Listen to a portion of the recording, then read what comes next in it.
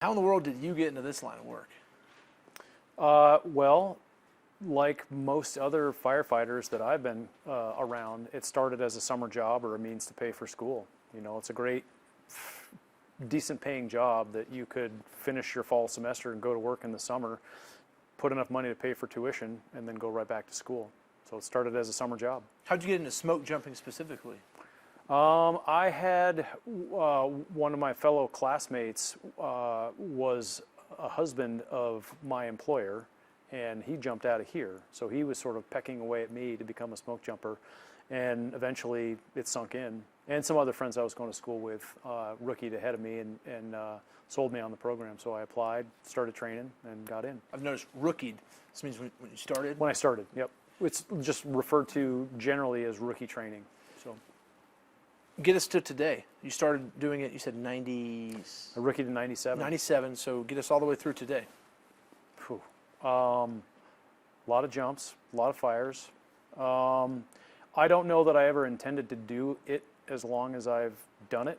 You start doing a job, you find that you enjoy it, you continue to get challenged, and I was fortunate enough to travel a lot, and that was something that was appealing to me. I continued to get different exposure to different places. I've been to 48 different states in the United States, including Alaska, and most of those have been job or work related. Some obviously recreation, but a lot of them just took me to places I never would have gone, and that was always alluring and exciting. So, you said for your wife and kids, it's all they've ever really known. You've been doing this the whole time you've been married, and the whole time your kids have been alive. What do you think the toughest part about this line of work is for them? Boy, that's a. I don't know if it's harder for me or harder for them. I met my wife after I'd been jumping, so she's never known me doing anything else, and the same with my children. It's difficult to leave, you know, and go away. When you don't, you're leaving for, could be an undetermined amount of time. You go to Alaska, you can be there for a while.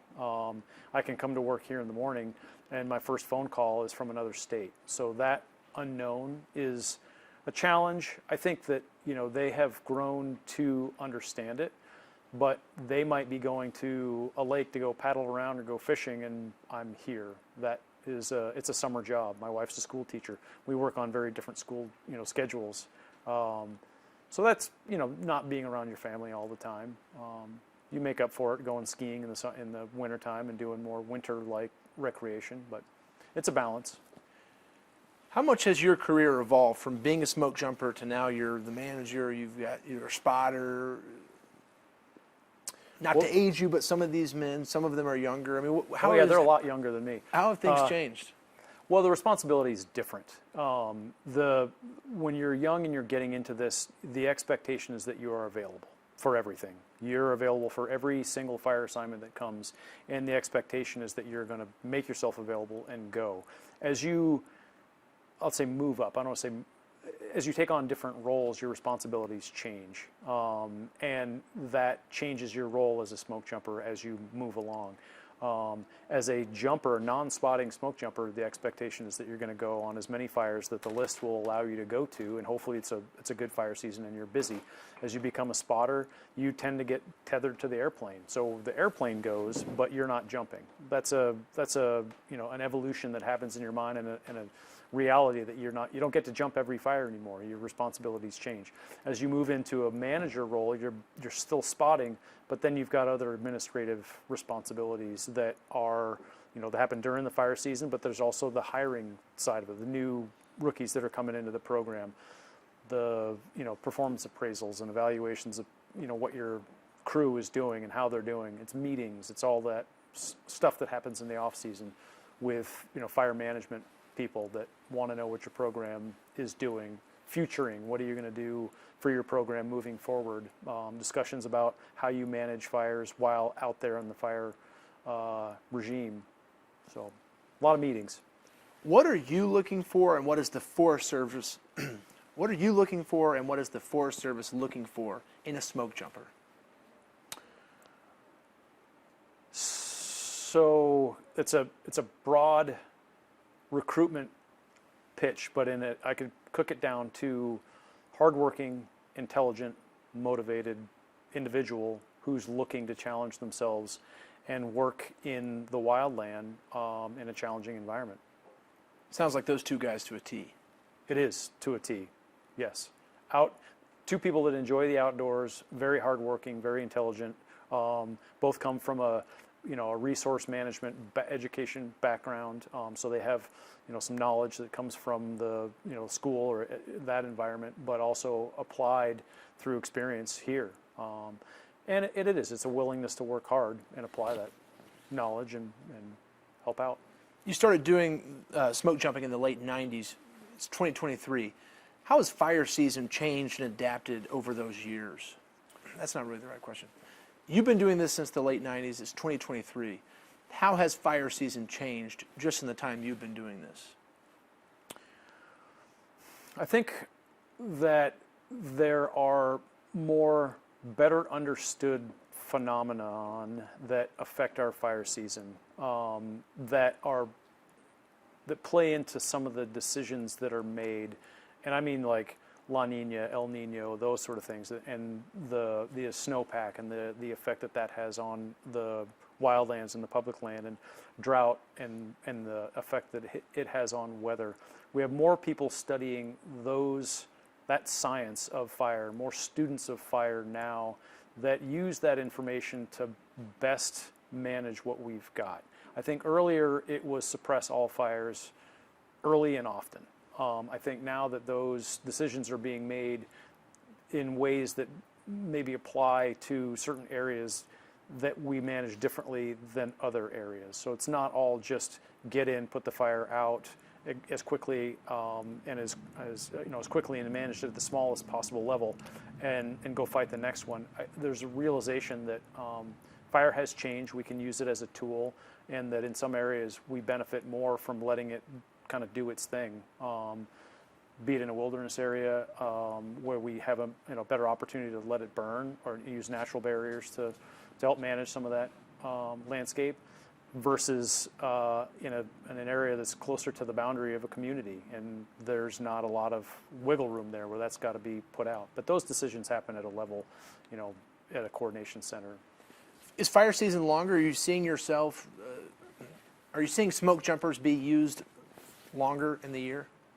I think that we're being used across more of the year, but for a broader range of things. There's all risk is something that we're sort of falling under now, where it is hurricanes or flooding as well as fire. So hurricane season and fire season aren't necessarily the same thing, but we can provide resources to that. The fire season itself, I get asked, what's this fire season going to be like? And I often will answer, well, I'll tell you in November. We never really know. There are some of the driest seasons on record that have led to very minimal fire seasons, whereas the ones where we've had a decent snowpack, that we've been as busy as we've ever seen, and it's one of those sort of banner years where we're just constantly going. I would say that our fire seasons now are more broad in that we will start our season in the Southwest or in Alaska in the early season, and then make our way through the season into, the Pacific Northwest, where fire seasons tend to start, June, July, but then they'll go into late October. So I do think our fire seasons are longer, but our ability to travel and go to other areas makes it a longer season as well. What advantages do smoke jumpers bring to the Forest Service when it comes to fire mitigation? I'd say a quick response. We can get there quickly. We've got an airplane, fixed-wing airplane, that can get to every corner of Oregon in less than an hour or less. That'll take us into Washington. We can go into the Great Basin. We can cover great distance in a pretty quick time frame. The other benefit, I would say, is that we're coming from, all our firefighters are pretty experienced. They've all come from a fire background and bring that with them when they get here. So when we get there, we've got pretty vast fire knowledge and a qualified group of people to, fill out those roles, those management roles, and structure from experience and qualification background. Are there any emotions you feel in the job? Is there anything that sticks out to you? Well, the job is always exciting. You know, whether I'm on the load and going out to jump a fire, or we're just busy, and my fellow smoke jumpers are going out to do it. There's an excitement that goes along with just doing it and seeing other people who are happy to do the job and perform well at it, going out and doing it. I mean, there's satisfaction in seeing that happen. It's obviously more fun when I get to do it, but it's still very redeeming to see our crew go to work and being used to manage and go suppress fire. What kind of camaraderie do you see among your smoke jumpers? I would say that our camaraderie here is strong. We spend so much time together here. Just the fire suppression timeline across the summer is here 7 days a week. Somebody's here 7 days a week, and we're here often early in the morning until later in the evening. And if we're coming off a fire, it's way late into the evening. We enjoy each other's company. We hang out together both here, but then also, many of us have friendships outside of this building and this job, where we get together, our families get together, and we celebrate, kids' birthdays together, that sort of thing. So it's strong. We all enjoy each other's company, and I think it's evident around here. The morale is strong, and it's fun. It's fun to be around.